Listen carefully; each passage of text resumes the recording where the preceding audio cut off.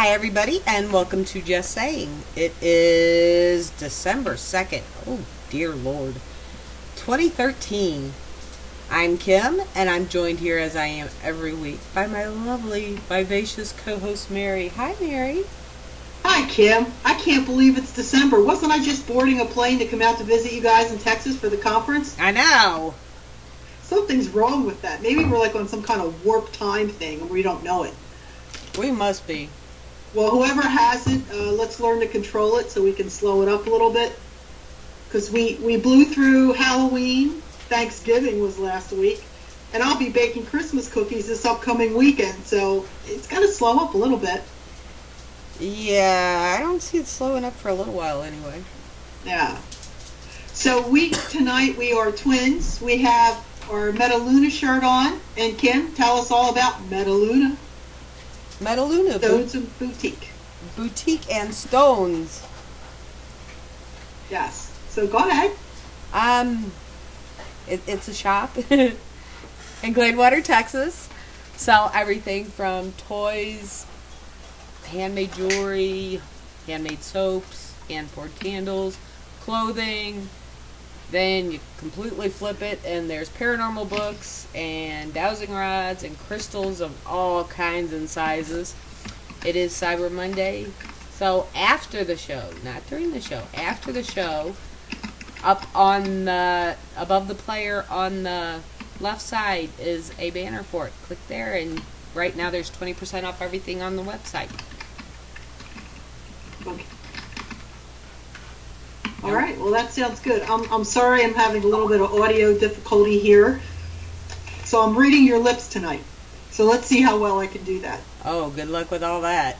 Yeah, I know. Must be the weather. Speaking of weather, before we get into our show tonight, has this been a wild ride the last week? It was. I have to say real quick, as far as Metaluna goes, Swampy, your package went out today. Okay. He'll be happy to hear that. We went from 60s down to 20s, floating around 30s for a while, back down to 20s, and now this week we're back up to 50s and hitting 60 on Thursday. Yeah, I can't keep up with it. As long as it stays at 60s, I can go through 60s till February and be happy. But I doubt it. We'll probably end up going down. And getting back to Metaluna, as you can see, I am wearing your necklace that you made me tonight. I love it. The citrine. I'm not sure what the stones are. They're like a golden color. I know you told me 100 times, but you're into the stones. I'm into cats. It's my favorite stone. It's the citrine. Okay, citrine. I'll have to remember as in orange as in citrus. Yes. But anyway, it's the first time I wore it, and I was waiting to wear it on the show to go with my purple Metaluna shirt. Anyway, we have a really good show planned tonight. We do. Yes, we do. Actually, I love the subject, but it's one of your favorite subjects, and it's all about auras. So let me tell you a little bit about our guest. Our guest tonight has dedicated her life to helping people take command of their lives in a highly effective, powerful, positive ways. A pioneer in the human potential field, she has spent more than 45 years teaching thousands of people meditation, prayer, affirmation, and intuition. A highly respected spiritual teacher, award-winning author, and founder of Divine Revelation, a unique field-proven technology for contacting the divine presence, hearing and testing the inner voice, and receiving clear divine guidance. And tonight, on Just Saying, Kim and I welcome Dr. Susan Shumsky. Hello, Susan. Thank you for joining us tonight. Hi, Kim and Mary. I'm so glad to be here with you tonight. Yeah, this is exciting for us because Kim and I are always talking about auras, and Kim sees auras really well, so I'm going to let Kim start off tonight. Oh, I see how this plays out. Yeah, I do see them. I'm not quite sure how to read them, except for anything that's all gray, I back away from. Yeah, that's a good idea. Because you don't want to give a person bad news that maybe they're ill or maybe they're taking drugs. You don't want to embarrass them about maybe they're addicted to alcohol or something like that. But that will show up in the energy field. Yes, that's true. Well, I've run across two so far that their auras were completely like a charcoal gray, and yeah, I got as far away from those two real quick. Yeah, also that it could also indicate that they have some kind of entity influence, possession, or oppression. That can show up as gray or black in the energy field as well. Well, But is it always bad to be gray? I wouldn't say that gray is a good color in your energy field. If you have a very strong and vital energy, if you're healthy physically and mentally, then the colors will be very vibrant and clear. They will not be dull, gray, grayish, brownish like that. Can somebody have more than one color? Yes, usually people have several colors in their energy field, indicating what their current emotional state is. Yes, that's very true. I like people with sparkles. Sparkles, yeah, sparkles are good. White is good. Orbs are good, if they are a color that is bright and vibrant, yes, like a bright white, for example. A dull white might indicate that the person is ill.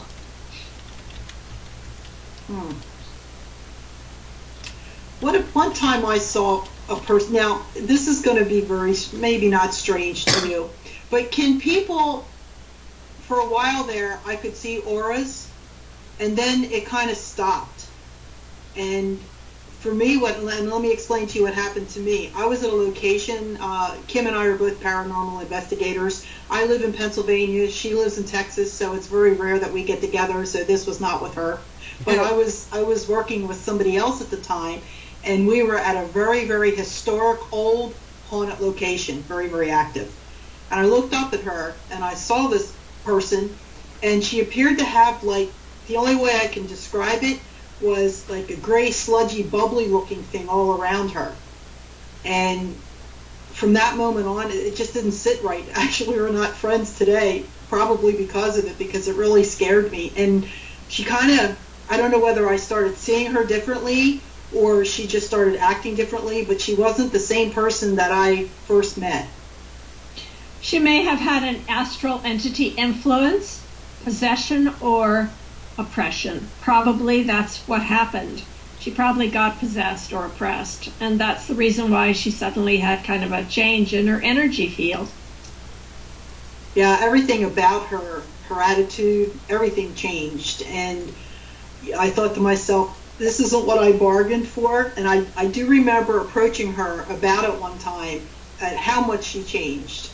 And I remember telling her what I saw, and she had just gotten home from Scotland. And she goes, yeah, I think something's attached to me. And I said, well, don't you want to get rid of it? And she's like, well, I'm going to keep it around for a while. I kind of like it. And I thought, okay, that was a little too much for me to handle at the time. Exactly. So I kind of, yeah, you had the right attitude. It's anytime we have any kind of astral influence, possession, or oppression, of course, we need to heal it.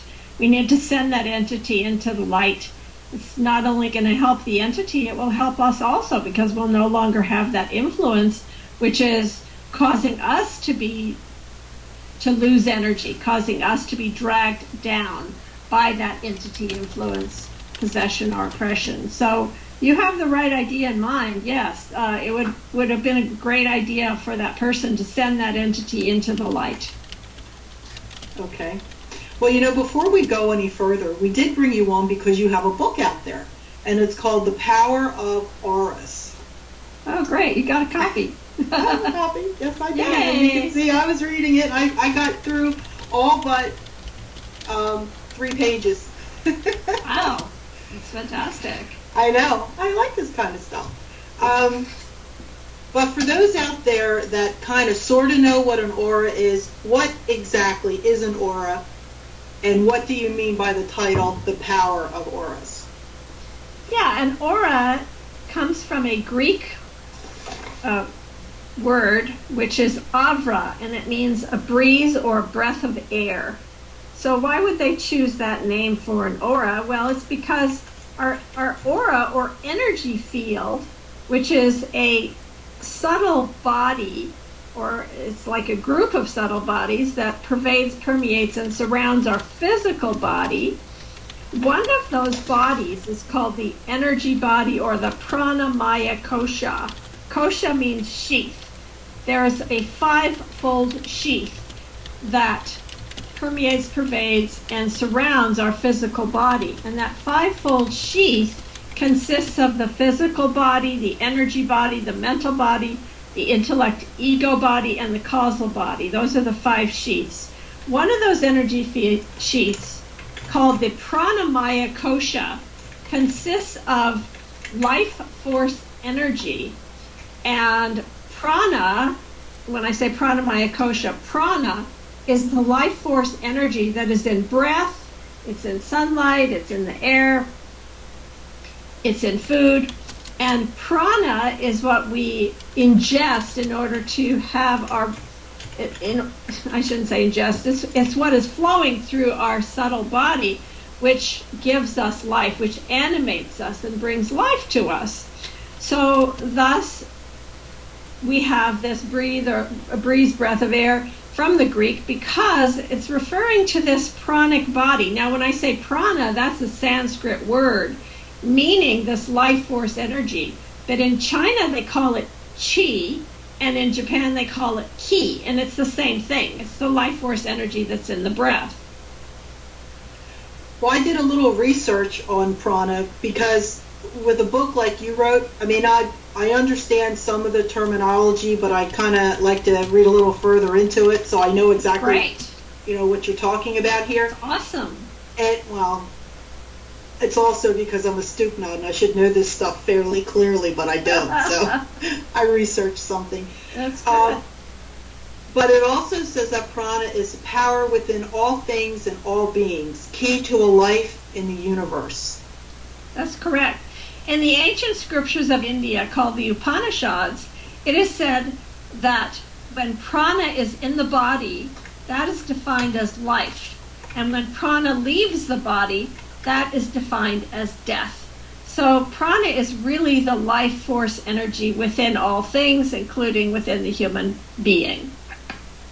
Well, in a theological concept, couldn't prana be considered something like God? Since God is the power, supposedly is the power within the universe. He created the universe.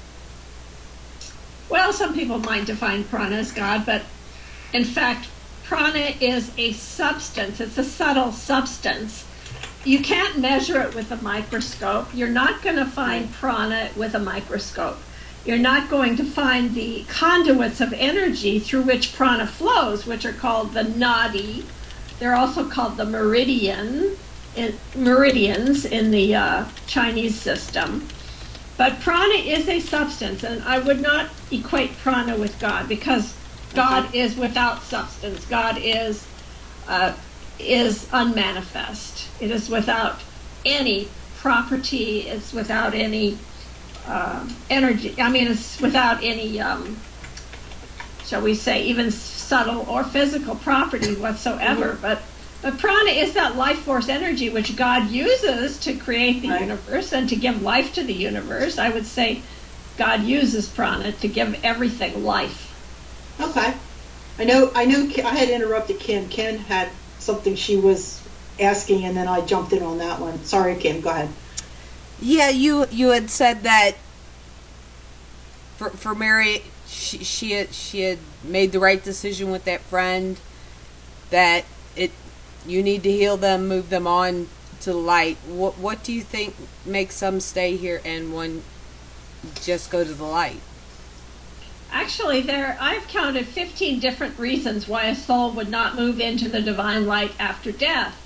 Undoubtedly, you have heard of the near-death experience, which is reported. It has been reported by thousands of people who temporarily flatlined, which means that they stopped breathing and that their EEG activity ceased. And that the survivors of near-death experiences, they report that they leave their body, their physical body, and that many of them move towards a divine light, a beautiful divine light of great glory after death. But there are some souls who, for one reason or another, and I've counted 15 reasons, they do not move into that light after death. They get stuck or stranded or lost or confused, or somehow they get into a place or a plane of existence or a dimension that I call the astral world or the astral plane.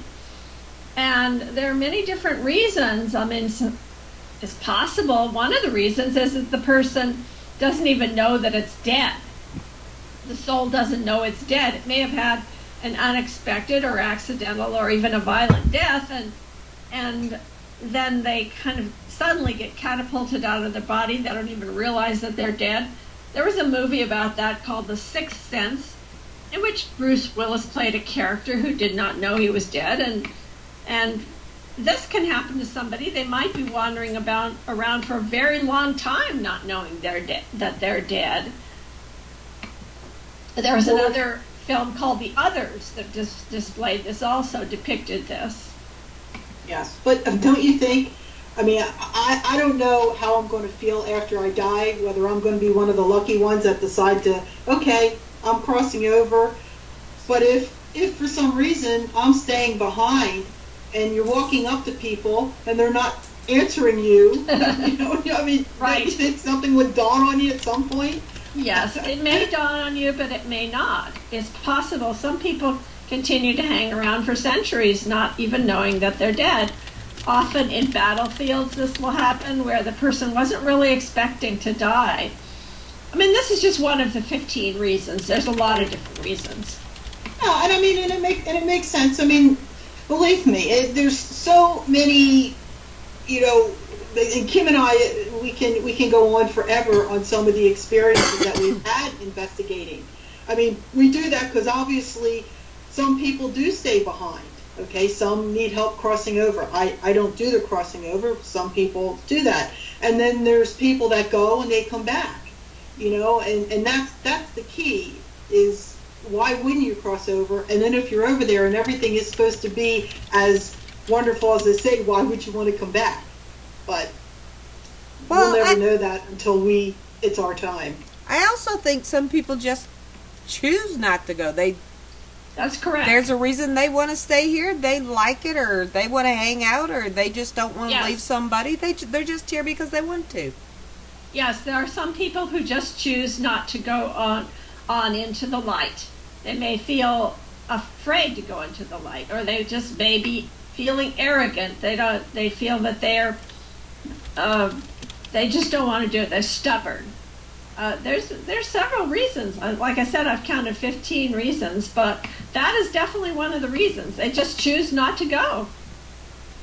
Yeah, I'm not going. I'm going to stick around and haunt everybody.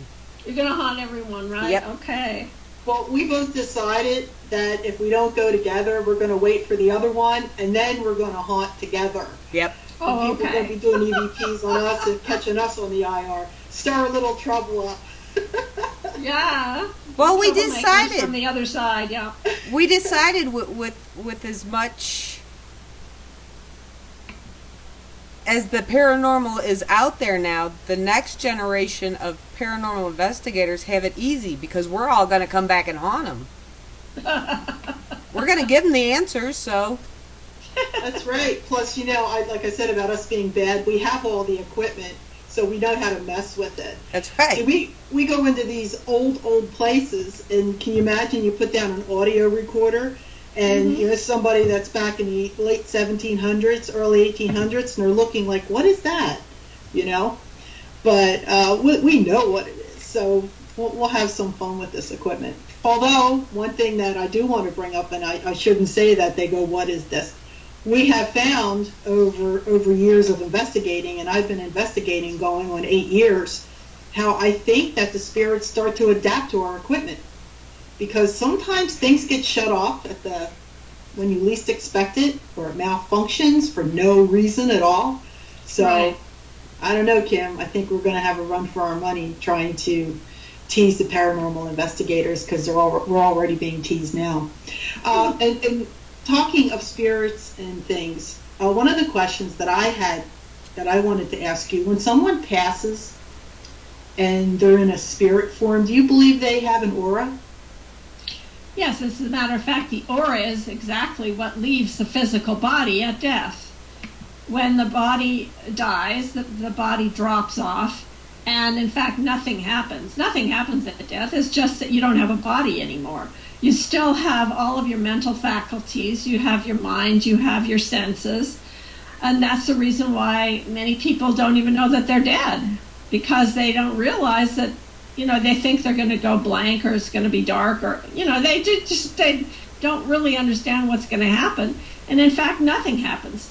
What happens is the physical body is gone. That's all that happens. You still are thinking, you still have your mind, you still can see, taste, touch, feel.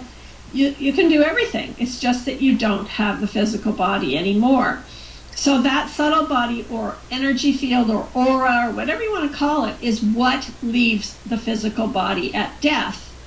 And then you move on, and you might move into a tunnel, or maybe go over a road or a bridge or something, and then you go on into this light. You might see your deceased relatives ushering you into the light. They might be in the tunnel, they might not, and then you move on into the light. You'll often meet a divine being, or an angelic being, a deity, or your higher self. And then you might have a life review, what we call a life review, which means you get to see all that happened in your life. And you not only see it from your own viewpoint, you get to see it from the viewpoint of every person that you've ever met in your life. You get to stand in their shoes and see how you affected them. That's what we call a 360-degree panoramic life review. And you might meet some divine beings. You might learn some things, and then often that you'll figure out what you're going to do in your next incarnation, along with your teachers that are on the other side that are helping you. Well, I must say, I don't want to meet my higher being, because I will be in trouble once I do. No, your higher being is unconditionally loving. Unconditionally loving. Yeah, but I'm a brat in this world, so. Oh, everybody is. See, that's right. Sometimes being a brat is a good thing. We're all brats. What can we do? We're human. Yeah, absolutely. We have a question that says, with astral projection, could you talk about the silver cord? Right. Well, that pranic body, what we call the pranamaya kosha, is attached to the physical body through what we call a silver cord. And people often, at night, when they sleep, they leave their body, and they might even fly around. You'll often have flying dreams at night, which means that you have separated your pranic body, or your energy body, from your physical body, and you're flying around in that body. And so it's like once again, your aura or energy field is flying around, and your body's lying there asleep. And then suddenly you might notice that you go plunk or flunk or something, and you flunk back into your physical body suddenly, and it's such a start that you wake up. It startles you, because you're reattaching yourself into the physical body, and you drop into the physical body with a start. So that's the out of body experience, which people just normally have during sleep. It's a common occurrence. Then, of course, at death, that silver cord is cut. It no longer is attached to the physical body, and that's when you separate permanently from the physical body. I've done that bounce in bed. Right. You're looking around. Did I wake anybody up? Exactly. A jerk, maybe. Now, some people are able to control that and say, okay, I'm going to astral travel tonight. I've done it a few times, but not because I wanted to. I have no idea how I did it. I would love to learn how to do it and control it. I've had it 3 times total. Right.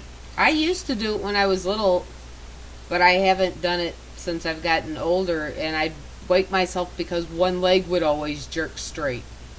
It was always like at the end of a dream, you know how you step off a curb and miss? Right. It was that kind of motion but I actually like woke up halfway through my leg doing that one time. Right. So anytime you have a dream where you're falling like that, or it feels like you're falling, usually that is the reconnection of the physical body with the astral body. It feels like you're falling because you literally are falling back into your body.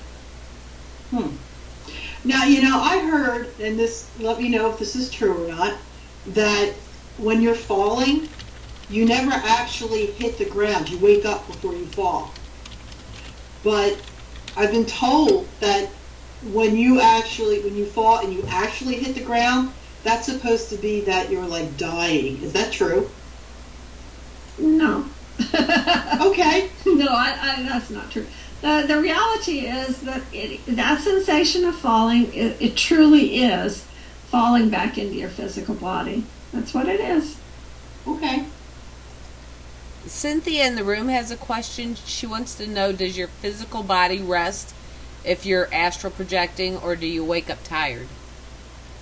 No, actually, it's very refreshing to be astrally traveling during a dream at night, and it's often a very blissful experience. So you're going to actually be more energized and refreshed, as long as it's a positive experience, that is, as long as you're not being chased by demons or something like that. You got that, Cynthia? So it will be energizing, yes. Too funny. Not well, great. Going into your book, you have a section on psychic sponges. Right. And that's a topic that Kim and I seem to have issues and trouble with, because we're both empathic. Right. And learning to shut things down is very, very hard. Right. Well, what would you say to somebody like Kim and I? Exactly. Just go around and suck it all up and explain to our listeners what a psychic sponge is. Right. It's exactly what you said. You're going around sucking everything up. That means a psychic sponge is somebody who absorbs the energy around them as a sponge absorbs water. So you get up in the morning and you start to see different people throughout the day. And with every person you see, it just seems like every person is draining and draining and draining more and more and more of your energy. And you just feel like you're being completely preyed upon by many people. You feel like that they're psychic vampires that are draining you of your energy throughout the day. You get more and more exhausted. Then by the end of the day, you can't do anything. You just lie on your bed and just you're just completely spent, because you feel like you've just been giving to everyone, and they've just been taking. And the people who are like vampires, they're just sucking you dry. So that's what a psychic sponge is. And I would like to give your listeners a way that they can overcome this, what I call psychic sponge syndrome, if you'd like. And please do. Yes. It's a very simple affirmation. And when you use an affirmation such as this, I highly recommend that you pretend as though your higher self is saying this affirmation, not your ego self, not your small self, but your big self, your higher self is saying the affirmation through you. So you just say this affirmation with strength and power, and you say it out loud. And in other words, you say it audibly, and you just say it with conviction. So the affirmation goes like this: I am in control. I am one with God. I am the only authority in my life. I am divinely protected by the light of my being. I close off my aura and body of light to the lower astral levels of mind, and I open to the spiritual world. Thank you, God, and so it is. It's putting it out there firm. Right. So that understand the concept. Right. So what you're doing is you're closing your aura off to these lower energies, and you're opening only to your higher self, to your divine self, and also to God, to the spiritual world. Interesting. So, you mentioned about the psychic vampires also. Right. What is the difference, I mean, in detail, a little bit more detail, difference between, like ourselves, the psychic sponges, and a psychic vampire? Because I've heard that term, psychic vampire, so often lately that I thought I knew what it was until I started reading your book. Okay, so a psychic sponge is the empathic, sensitive person, usually psychic person, who is very open to a lot of energies. They're open to everything around them, and that's why it's like they're sucking all of these energies, good, bad, indifferent, whatever energies are around them, from the people, from the environment, from the general flotsam and jetsam thought forms and the environment, the environmental static, the collective unconscious, and also different people around them. They're just absorbing all these energies. A psychic vampire is somebody who goes out and is trying to gain energy from other people, and they're often very needy.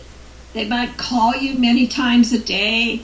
They might get right up in your face and try to get real close to you, or they might stand too far away from you so that you have to lean towards them and sort of give your energy, project your energy into them.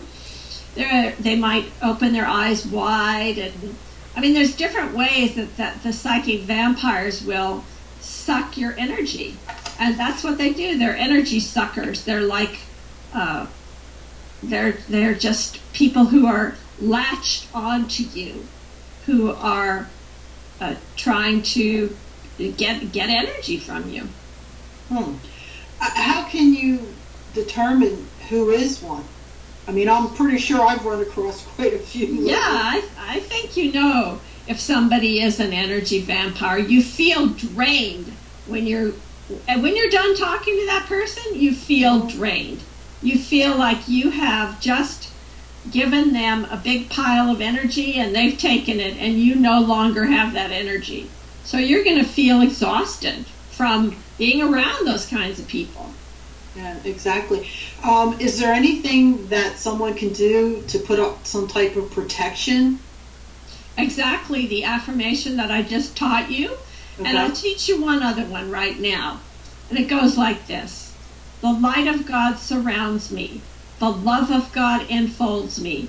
The power of God protects me. The presence of God watches over me. Wherever I am, God is, and all is well. So that's what we call the prayer of protection, and that first affirmation I taught you is called the self-authority affirmation.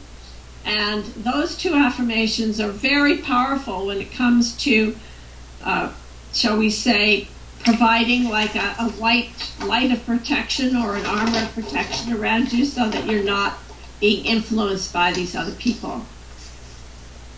We had one guy on an investigation who had this weird thing about sneaking up on people, and he'd walked around with a cane, and the fact that you couldn't hear the cane made it even creepier.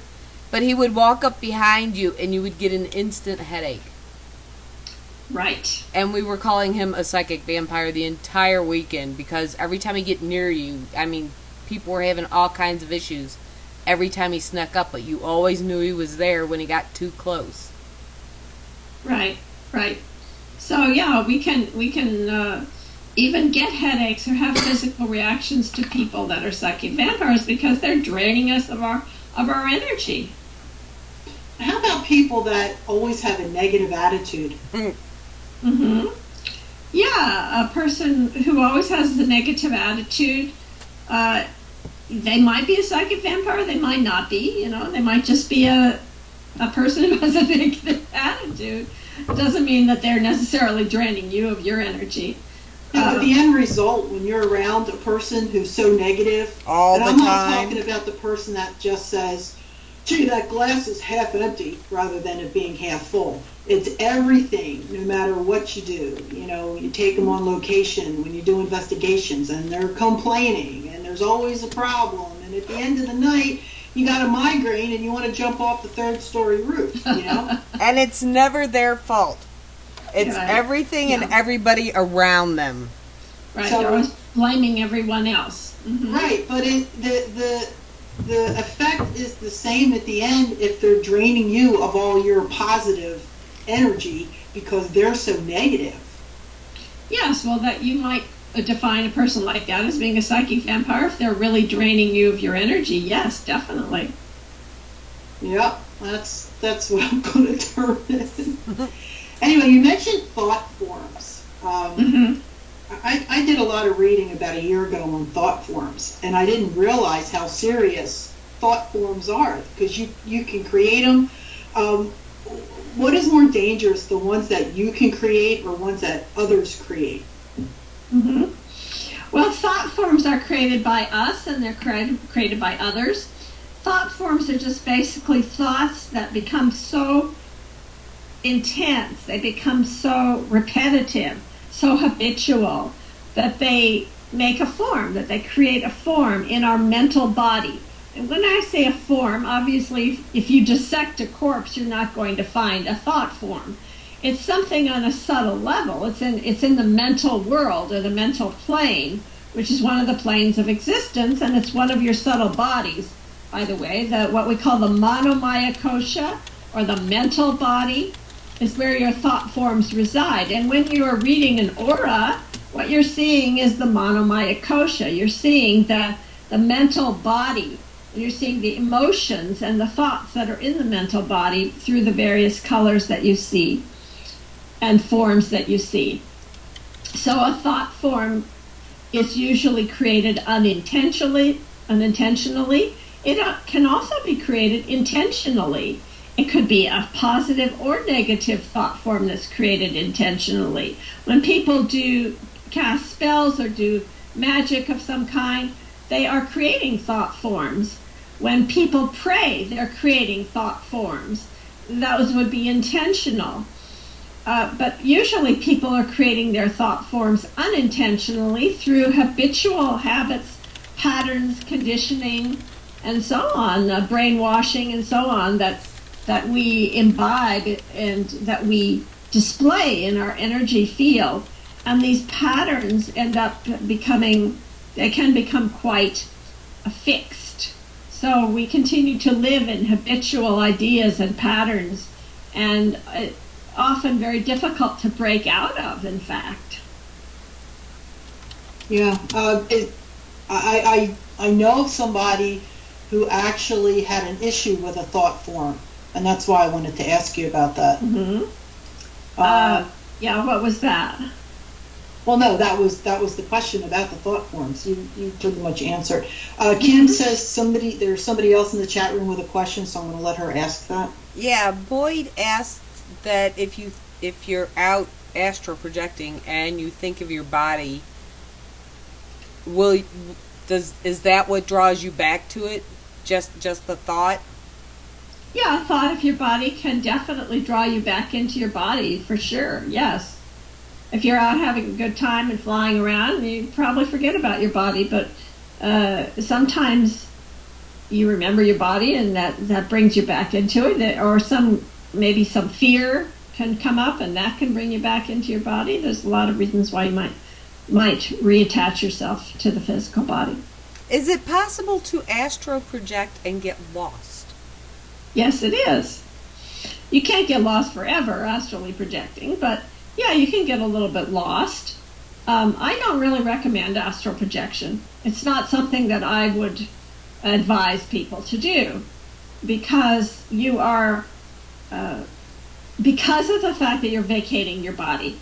And when you vacate your body, something else can jump into it. That's the reason why I do not recommend astral projection. Well, see, I asked the last question because I just recently saw a movie where a little boy was very good at astral projecting, and he'd take off at night. Well, apparently in this movie, he got a little too far and couldn't find his way back. And they had to call in people to try to search for him to bring him back because something evil was trying to, like you said, step into his body. Mm-hmm. Well, that's Hollywood. Well, I don't think that would ever really happen. I think the person would just automatically eventually get, the child or whoever it is would automatically go back into their body.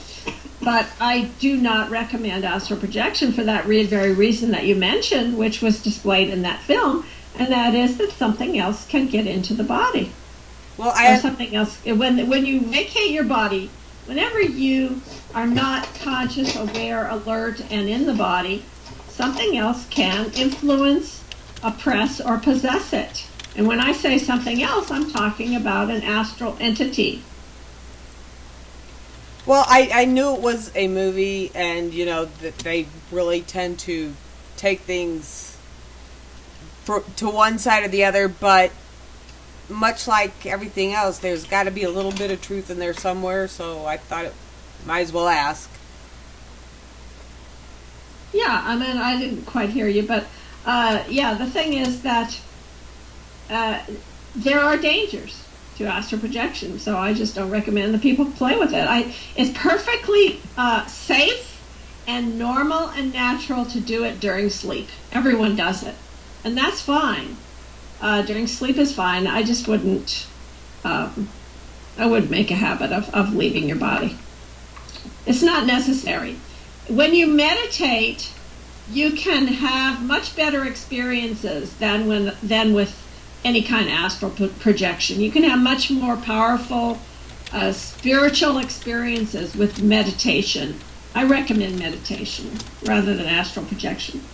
Well, you know, you might be sorry you mentioned that word meditation to Kim and I. Uh-oh. We are probably the two worst people in the world when it comes to meditation, because there's a saying that a friend of mine used to use on the way to Australia. That's Kim and I. Every time we try and do things. I mean, we don't meditate together, but you go to meditate, you hear about all these people, I just spent a half hour meditating, and it was the best half hour I ever spent.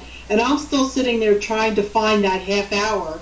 And then when I do, I hear the clock ticking. I hear a car go by.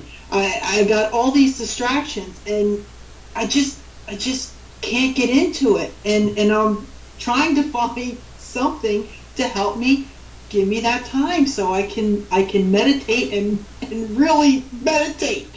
What do you recommend? Well, have you ever had good experiences with meditation? No. She answered for us. Yeah, okay. This is probably why she and I get along. That just means that you're staying on the surface level and you're not going deep enough in your meditation. That's all it means. It means that you're on the mental level and you're not reaching the spiritual plane when you meditate. So here are some things that I would recommend. Well, first of all, I have to say that I do have a guided meditation CD that would help anyone to meditate. And it is available on my website, drsusan.org, which is called the Divine Revelation Guided Meditations CD.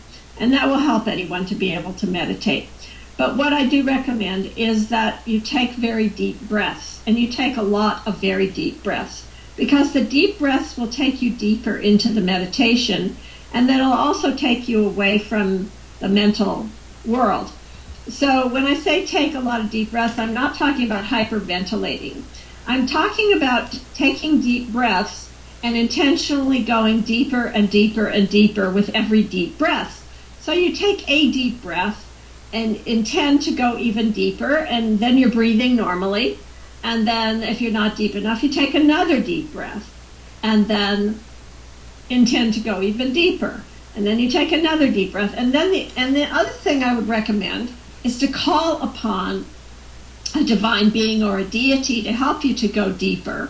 The deity of your understanding, whether that be God, goddess, or whatever it is, or whatever name it happens to be, call upon that divine being to help you to go deeper and deeper into the meditation. So those are a couple things that I would say will definitely help you to go deeper in meditation. And the deep breaths, they truly do help to take you much deeper into the meditative state. But you have to take a lot of them, not just one or two. You have to just keep taking those deep breaths and being patient with yourself and keep praying, keep intending, keep calling upon the divine beings, and you'll be able to go deeper into your meditation. Well, I'm gonna give it a shot, because I'm actually jealous when I hear people tell me that, they had a wonderful meditation session, and I'm like, okay, but we'll try, right, Kim? We'll give it a shot.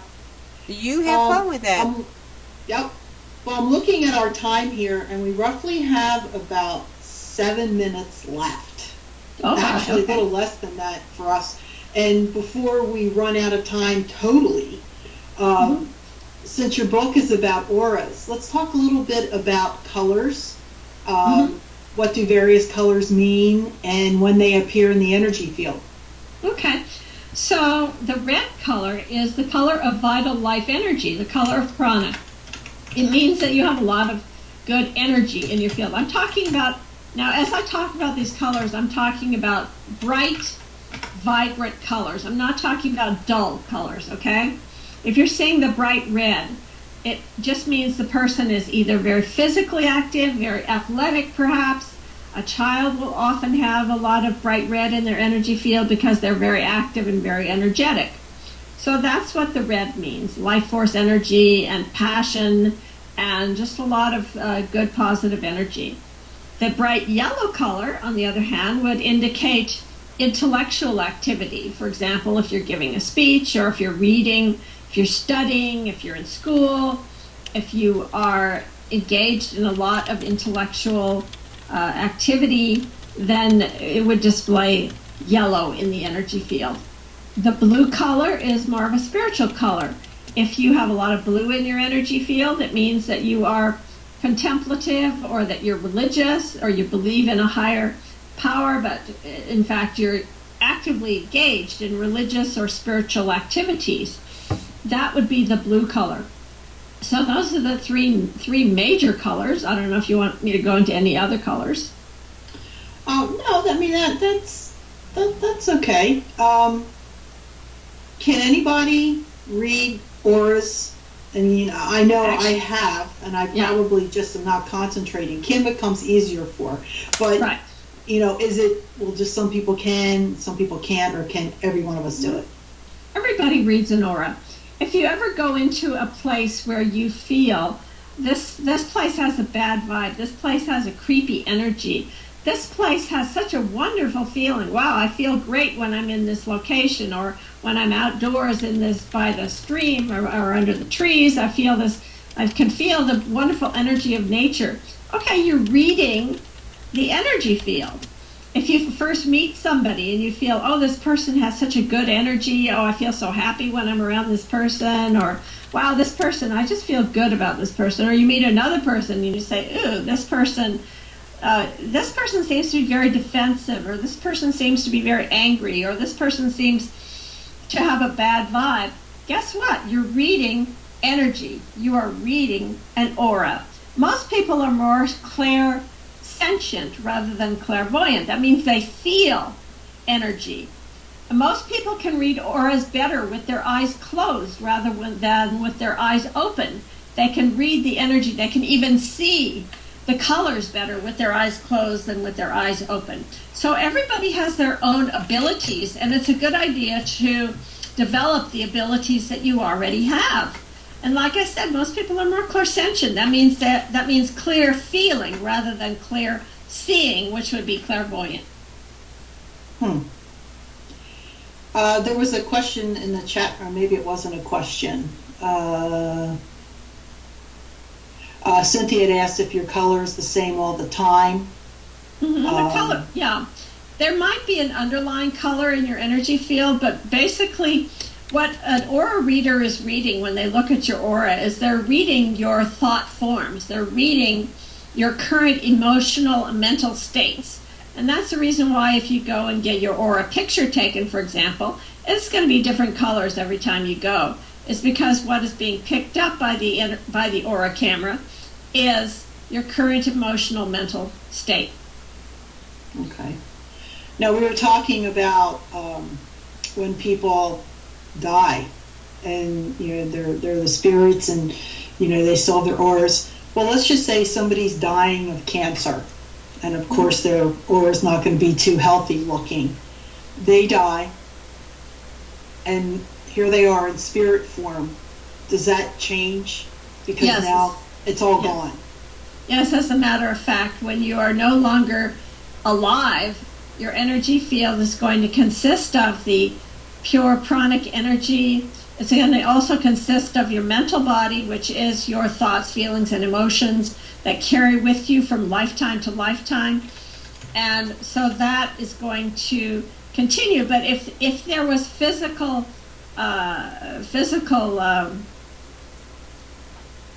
the physical body illness was showing in the energy field as black spots and things like that, that will no longer be in your energy field after death. Your energy field will be pure and clean, but it will still have your beliefs, habits, and conditioning in it. So it may not be perfectly vibrant and clear. It may, because your mental body is still there. So if you have a negative or a not very good, or shall we say mental illness or something like that, it's going to still show in your energy field. Okay. Well, ladies, unfortunately, we have reached near the end. If you wouldn't mind letting our viewers know once again where they can contact you, find you. Right. So I am there's the book, The Power of Auras, and it's looking backwards, but that's okay.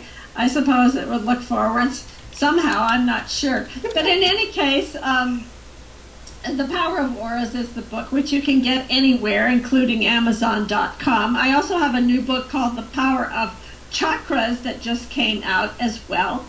My website, I have 10 books in print, totally. And my website is drsusan.org. That's drsusan.org. And then I have another website, divinetravels.com. That's DIVINETRAVELS.com, divinetravels.com, where we're going on some amazing cruises and tours and sacred destinations around the world. I'm having an amazing cruise coming up in April with many different fantastic speakers. It's a conference at sea, which you're welcome to come to. DivineTravels.com. I'll have to check it out. Well, thank you so much for joining us. And we're going to have to bring you back on to talk about chakras. I would absolutely love to do that, yes. Awesome. All right, well, thank you so much. And you have a good evening. And we'll post your websites and everything out in the chat room. Thank you so much for joining us tonight. All right. I enjoyed it tremendously. Thank you. Okay, bye-bye. Bye for now. All right. Okay, well, we are out of here, Kim, but we do have a fantastic guest coming on next week, and that is Sir Joseph will be joining us. Yes. And I don't think we have anything else to talk about other than make sure for all your holiday shopping needs, go to Metaluna Stones and Boutique. Metaluna Boutique and Stones. I like Stones and Boutique. Remember, she said you see everything backwards, so I'm reading it backwards. That's off of my dyslexic. Shirt. Yes. Anyway, check it out. She's got a lot of great stuff there and great customer service. And that's it. Anyway, stick around. After us is Lillian, and after Lillian is Arwen. Awesome. And with that, we are out of here. Bye-bye. Good night, everybody.